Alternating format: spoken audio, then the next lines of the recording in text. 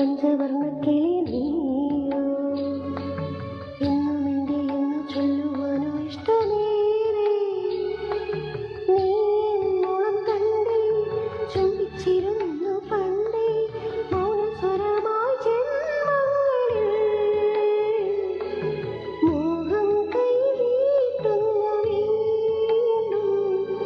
തങ്കക്കിനാവിലൊന്നിച്ചിരുന്ന് കണ്ണിൽ തിരികെക്കാനാ നെഞ്ചോരം